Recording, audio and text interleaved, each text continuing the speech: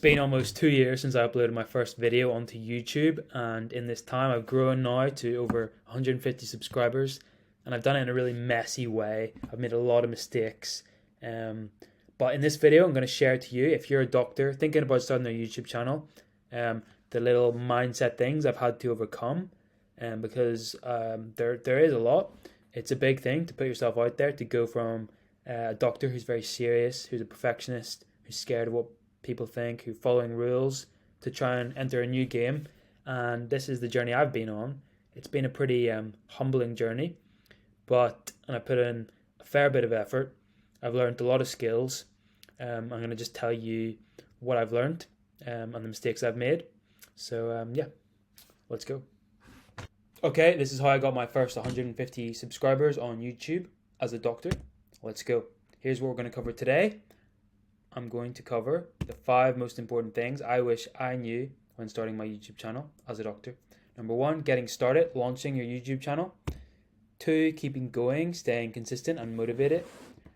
3, improving your value, enhancing your content quality over time. 4, finding your niche and identifying your unique angle. 5, improving your skill, becoming a better content creator. So share this video if you think someone you know might benefit from it. This is my community that I'm building. I've been tinkering with it over time, but I'm honing in on my niche, which is people like me, people who are on that journey to become doctor YouTubers, maybe trying to get their first 1,000 subscribers, because that's the journey I'm on. And yes, you are a doctor, you are a YouTuber, and it's going to be deep work, productivity, mindset, and just building a community for people on that journey. So get involved, links in the description if you fit that description. And that wasn't meant to rhyme. Okay, pro tip, you can watch this double speed if you want, because you're busy, like me. Getting started, launching your YouTube channel as a doctor. So you want to choose your channel theme. I wish I did this at the very start. I'm barely even doing it now, but I'm honing in. But you want to decide on a clear theme that aligns with your expertise and interests, such as medical education, lifestyle tips, or day in the life vlogs. Having a focused theme helps attract a dedicated audience. So this is really, you should keep this point quite vague. I wouldn't stress too much about this, because at the start you may not even know what you want to do. You may have a million interests or a million ideas, and that's okay. The focus should be on just getting started, overcoming your fear of putting yourself out there, uploading your first video. Nothing should hold you back from that. So if you do have an excuse of like, oh, well, I don't know if this is the audience I want, or should I go in this direction, forget that, just get started. So this point, if you have a vague idea of a theme, great, that will make your life easier. If you don't, doesn't matter, just get started. Okay. 2, setting up your channel. Create a professional looking channel banner, profile picture, and an engaging about section. These elements make a strong first impression and provide viewers with essential information about your channel. Again, this can constantly change. It's never set in stone. At the start, I would say just put any picture up, just put a picture up. You can always change it. Write 1 or 2 sentences on your about page. But again, it doesn't really matter, because no one's going to look at it at the start. Don't worry too much about that. You want to plan your first videos. So outline and script your initial videos to ensure they are informative and engaging. Focus on high value content that addresses common questions or interests within your niche. Again, this is what you want to be aiming for. But your first videos, I would say just put it out there. It doesn't matter if it's shite. It doesn't matter if it's aimed at a different target audience. Just get yourself out there. The whole point is making a start. So maybe your first video could be a bit about yourself, like, hello, I'm this person. I have no idea what I'm going to do, but I want to do a YouTube channel, and I think it's going to be this, but it could change, and this is not perfect, but I'm going to put this out there anyway. And if you're really scared, you could put it on private. You could not publicize it. You could just put it out there, and you could actually have an anti-goal and aim for as little people as possible to view it, so you don't have this perfectionism standard. And I guess there's a fear of putting yourself out there and like too many people watch it or you become famous, which is a very stupid fear because it really isn't. It's going to flop, and you have to embrace these first videos that they are going to flop. Okay, so keeping going, you want to stay consistent and motivated. So after a while, after you've put yourself out there, after you've done your first few videos, well done. You've done the hardest part. But the second hardest part is keeping going. How do you keep going when your first videos fail? When, I don't know, people make like laugh at it. But you want to take this a bit more serious. You want to keep going. So it's hard to stay motivated. It's hard to stay consistent, especially when the results don't come initially, and they don't come linearly either. So you'll post a video and then you'll post another video and you'll get the same views or less.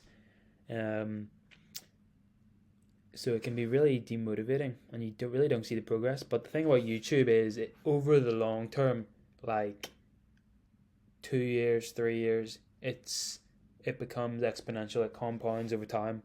It's like the stock market, you know. So you want to, how do you stay consistent? How do you stay motivated? You want to establish an upload schedule. So set a realistic upload schedule that you can stick to consistently, whether it's once a week or twice a week. Consistency helps build viewer trust and anticipation. And absolutely, I think if you can try and stick to something over the long term, like think in the next year, could I realistically put out a video once a week? Because that's hard. Or you might even think, can I do it, to start off with, can I do a video once a month? I've made the mistake of going through phases of just saying I'm going to put a video out there every day, daily, and then I'm just like crash and burn out. But in the grand scheme of things, I've been on YouTube for 2 years, and I've been consistent in spells and phases, and I wish I was just maybe more consistent in like uploaded at a slower pace but more consistently over those 2 years. But I think the key is, don't worry too much about if you do go in phases. If you upload for a while and then stop and come back, that's still okay. Over the long term, you'll figure it out. I think over time you'll get a more sophisticated system, more consistency that you can stick to. You'll realize how much is too much, how much is too little, and you'll get that medium balance. Batch filming and editing, so you can save time by batch filming and editing multiple videos at once. This approach reduces the pressure of last minute content creation and helps maintain a steady flow of uploads. I think there's nothing better to have content in the bank, like something uploaded, a video recorded, thumbnail done, editing done, and you maybe just schedule it on YouTube. You've got it all done, but you're like ahead of the game. So if you're planning 3 videos a week and you're up to date, but you've got 3 more videos recorded ready for the next week, then you're a week ahead, and then you can spend the next week preparing for the week after that. So in this way, yeah, you can stay organized, you can stay on top of things, you can stay ahead of the game. Staying motivated through milestones. So you want to celebrate small milestones, such as reaching 50 or 100 subscribers, or even at the start, just your first 10 subscribers is a massive jump from 0. And then your next point will be doubling that to 20. And then if you can get to 50, that's amazing. And then 100, and now I'm at over 150. And I wish I'd celebrated the small steps more. And you want to acknowledge your progress. This keeps you focused and driven to continue growing your channel. So yeah, it's not about getting to 1 million subscribers. It's about getting to your first 10, 50, 100. And that's great. That's very important. And they're going to be the hardest points you reach. It's going to become easier each time. Like your first 150 subscribers is obviously going to be your hardest 150. and then your next 150 will be your second hardest. So remember that. Improving value. So once you have put yourself out there, started the process, overcome those fears of imposter syndrome, putting yourself out there, and you've developed some sort of consistency, so you haven't just done it once, but you're back at it. It might be a bit messy, but you're keeping going. You're staying motivated despite the reasons not to, the excuses not to. You come back. You've proven to yourself over time. You're starting to build this trust that, hang on, I'm actually being consistent in this. I keep coming back to it, and that's a good sign. That's a very good sign. You've overcome the two biggest barriers. Now you want to slowly improve your value over time, enhancing the actual quality of your videos. So how can you do that? Upgrade your equipment. You can invest in better equipment such as good camera, microphone, lighting to improve the visual and audio quality of your videos. High quality content is more appealing and retains viewer interest. And that's something you don't want to do at the start, because that's just an extra barrier to starting. But yeah, over time, I think especially audio, a microphone can make your videos a lot better, a lot more easy to watch. And guess what? This is something I haven't done yet. But that will definitely be my next step, I think, is getting a microphone that's just easier to listen to than my Mac microphone. So that's a simple thing you can do. Learning basic editing skills. Again, not something you should be focusing on in your first 150 subscribers, in my opinion. I still don't edit. I think it's not a great use of time. I think people value authenticity still. So you want to really, if you're editing, make it very minimalistic. But if you do, it can enhance professionalism. Simple edits, transitions, graphics can make your videos more engaging and polished, and that can improve your engagement time from viewers. This, again, for me, is something I could incorporate as my next step to make the value better, but I don't think it's the most important foundation aspect. Incorporating viewer feedback, so actively seeking and incorporating feedback from your viewers, understanding what your audience likes or wants to see more of, helps tailor your content to their preferences, increasing engagement and satisfaction. Yeah, absolutely. Like you want to make videos that your audience want to watch or are interested in watching. So getting to know what that is very important. Okay. So 4, finding your niche, identifying your unique angle. Researching competitors, analyze other successful doctor YouTubers or ones in your niche to understand what works well. Identify gaps or unique angles that you can explore to differentiate your channel, or even just double down on what works for them. What videos are they making? What is their audience engaged in? And you can make similar videos. Defining your unique selling proposition. So clearly define what sets your channel apart from others. Your USP could be your unique perspective, specialized knowledge, or a specific format that makes your content stand out. And yeah, everyone will have a USP. Everyone's channel will be unique, and you have to leverage that, because that's what makes people stand out and makes people click on some, is because of their uniqueness. They're not just a copy of someone else. And your USP, also part of that is who your channel is for. What specific niche is it? Is it for medical students? Is it for medical students with dogs? Is it for struggling doctors? Is it for, I don't know, Australian computer lovers? The more niche you can make it, the more likely it is to get to that unique avatar, and for them to feel like their channel is speaking to them. And this is something I have been very bad at. If you look at my channel, I've gone in several different directions. I did athlete podcast at the start. Then I was like, let's make a few ones on mental mastery for medical students, and then I went to like other personal development stuff. So I've kind of just been going in different directions. But if you can get clear on your niche and your avatar from the start, that's going to save you a lot of time. But yeah, it's really been, up until this point, I've had a very ill-defined niche, but that's okay. So you want to test different content styles, experiment with different video styles and formats to see what resonates best with your audience and what you feel most comfortable with. Trying various approaches help you find your niche and refine your content strategy.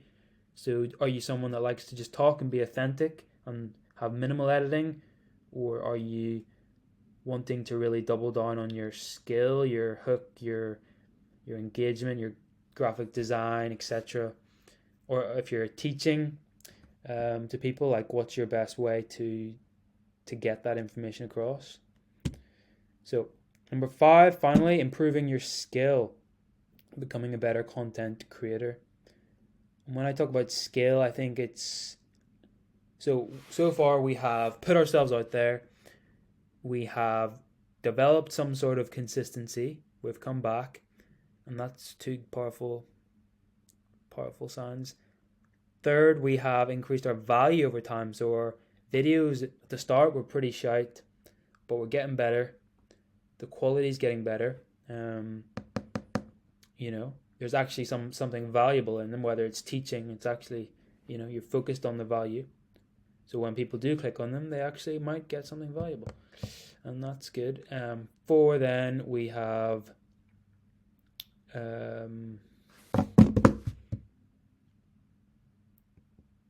finding our niche,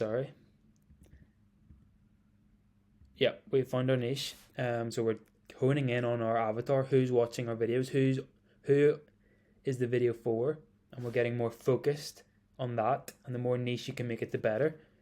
And then now we will focus on improving our skill. What do I mean by skill? I mean thumbnails, titles, hooks, these extra things. And these aren't foundations, these are what really accelerates. Once you've found your niche, once you've developed your consistency, put yourself out there, you've got this foundation, you're ready for your channel to grow. And your channel grows only once you find your niche, and only once you've improved your skill.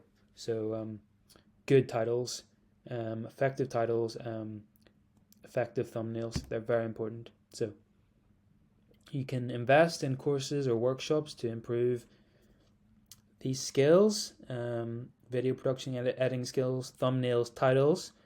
I'm actually part of a community on Skool right now that teaches me how these skills, because it is a skill. It is a skill, and it would take me so long to figure out this by myself.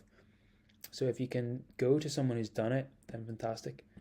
You can learn things that update you with the latest trends and techniques in content creation, specifically for YouTube.